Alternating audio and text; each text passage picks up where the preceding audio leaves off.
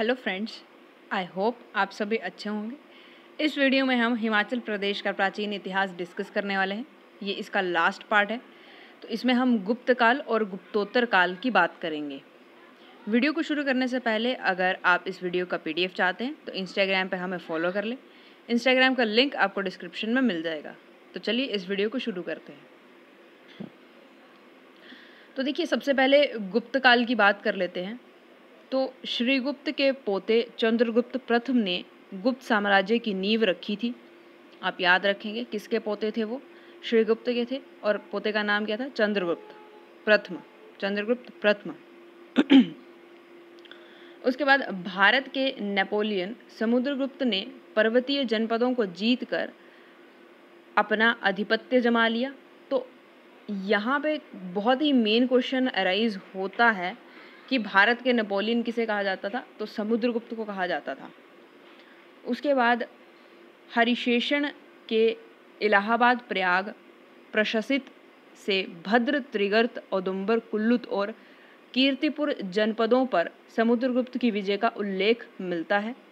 सभी राजाओं ने उसकी अधीनता स्वीकार कर उसे जागीरदारों की तरह कर देते थे। तो कर का क्या मतलब है? मतलब टैक्स पे करते थे सभी राजा।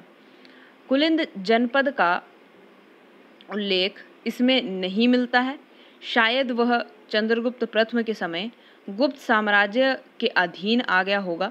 समुद्रगुप्त ने पहाड़ी जनपदों से अपनी प्रभुता स्वीकार करवाकर उन्हें आंतरिक आज़ादी, शक्ति तथा सुरक्षा बनाए रखने की स्वतंत्रता प्रदान की। उसके बाद कुमारगुप्त के पुत्र सकंदगुप्त ने हूणों को पराजित कर गुप्त साम्राज्य की प्रतिष्ठा को बनाए रखा। काफ़ी इम्पोर्टेंट है, याद रखेंगे आप। सकंदगुप्त के बाद साम्राज्य का प्रभाव घटने लगा और उसका विघटन शुरू हो गया। हूणों का आक्रमण गुप्त साम्राज्य के पतन का प्रमुख कारण था। कालिदास के कुमार संभव और मेघदूत की रचना इसी काल में हुई थी। तो आप याद रखेंगे, कालिदास ने इसी समय कुमार संभव और मेघदूत की रचना की थी, जिसमें हिमालय का वर्णन मिलता है।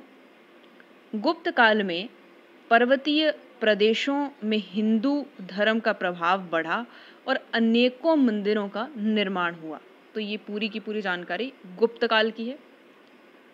अब हम नेक्स्ट गुप्तोत्तर काल की जानकारी थोड़ी सी प्राप्त कर लेते हैं, जिसमें कि हूण और हर्षवर्धन का विवरण मिलता है। तो चलते हैं। हूणों के आक्रमण। हूणों ने तोरमाण के नेतृत्व में पश्चिमी हिमालय पर आक्रमण किया। इससे पूर्व भी 480 से 90 के बीच में तोरमाण ने गुप्त साम्राज्य पर आक्रमण किए थे।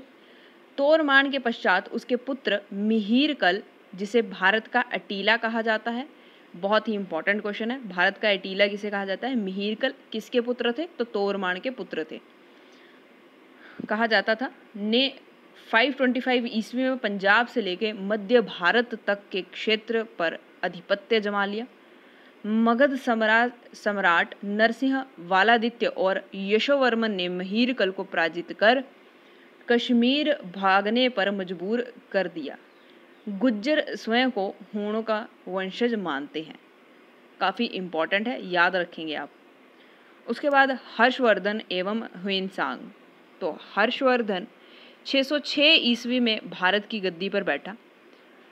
उसके शासनकाल में पाटलिपुत्र, थानेश्वर और कन्नौज शासन के प्रमुख केंद्र रहे थे।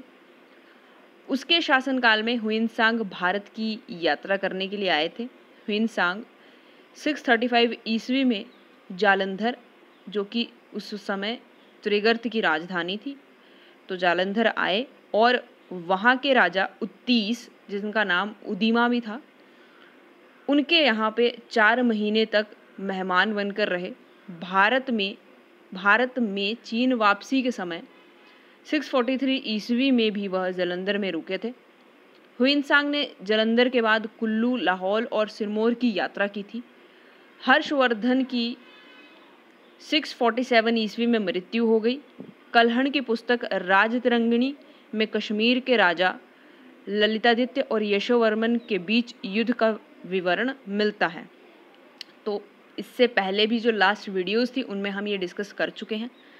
अगर आपने वो वीडियोस नहीं देखी हैं तो लिंक आपको डिस्क्रिप्शन में मिल जाएगा, आप वहाँ से चेक कर सकते हैं। इसके बाद त्रिगर्त ब्रह्मपुर, जो कि इस वक्त चंबा का नाम था, और अन्य पहाड़ी क्षेत्रों पर यशोवर्मन के प्रभाव का विवरण मिलता है। 9वीं शताब्दी में त्रिगर्त और ऊपरी सतलुज क्षेत्रों पर कश्मीर राज्य का अधिकार हो गया। उसके बाद ह्वेनसांग ने जालंधर, शेलंतलो, कुल्लुत सिरमौर, शत्रुघ्न की राजधानी सिरमौरी ताल, लाहौल, लोउलो की यात्रा का विस्तृत वर्णन दिया है। तो अब ये लोउलो और शेलंतलो ये क्या है, तो ये इन्होंने अपनी पुस्तक में इन जगहों के नामों का विवरण इस तरह से किया था। चंबा राज्य उस समय शायद त्रिगर्त के अधीन रहा होगा। मायान धर्म के यहाँ प्रचलित होने का जिक्र उन्होंने अपनी पुस्तक सीयूकी में किया है। तो अब ये मायान धर्म कौन सा था, तो बौद्ध धर्म को ही मायान धर्म कहा जाता है। लास्ट वीडियो में हम ये डिस्कस कर चुके हैं कि 4 बौद्ध भिक्षुओं को मध्यम के साथ भेजा गया था बौद्ध धर्म का प्रचार करने के लिए। तो अगर आपने वो वीडियो नहीं देखी है तो डिस्क्रिप्शन में आपको लिंक मिल जाएगा, आप वहाँ से वीडियो चेक कर सकते हैं। तो उनकी पुस्तक का नाम क्या था, ह्वेनसांग की सीयूकी, याद रखेंगे आप, यहाँ से क्वेश्चन आ जाता है। निर्मंड के ताम्रपत्र में स्पीति के राजा समुद्रसेन का वर्णन मिलता है, ये भी हम लास्ट वीडियोज़ में कवर अप कर चुके हैं। हिमाचल प्रदेश में त्रिगर्त और कुल्लुत के अलावा छोटे छोटे सरदारों के समूह उभर आए जिन्होंने ठाकुर और राणा कहा जाता है, तो इन्हें ठाकुर और राणा कहा गया। गुप्तोत्तर काल में ठाकुरों के शासन को अपठकुराई तथा अधिकार क्षेत्र को ठकुराई कहा जाता था। राणाओं के अधिकार क्षेत्र को राहुन कहा जाता था। 7वीं से 10वीं शताब्दी के बीच मैदानों से आए राजपूतों ने हिमाचल में अपने वंशज स्थापित किए। इन्होंने राणाओं और ठाकुरों को अपने समानतों की स्थिति में पहुंचा दिया, मतलब सब इक्वल ही रहने लगे थे वहाँ पे। अब कुछ प्रश्न और उत्तर डिस्कस कर लेते हैं। ये मेनली HCS में बार बार पूछे गए क्वेश्चन है, प्री और मेंस में। तो सबसे पहला है, भारत का अटीला कहलाने वाले मिहिर कुल को 520 ईस्वी में किसने पराजित किया था, जिसके बाद वह भागकर कश्मीर का धोखे से राजा बन बैठा था। तो यशोवर्मन ने उन्हें पराजित किया था। नेक्स्ट है, 500 ईस्वी में किस हूण शासक ने हिमाचल प्रदेश सहित भारत में जनजीवन को अस्त व्यस्त कर दिया था। तो तोरमान, क्योंकि हमने देखा कि उन्होंने कई बार अटैक किया था। उसके बाद गुज्जरों का संबंध किससे जोड़ा जाता है, तो अभी हमने पढ़ा था कि वो खुद को हूणों का वंशज मानते थे।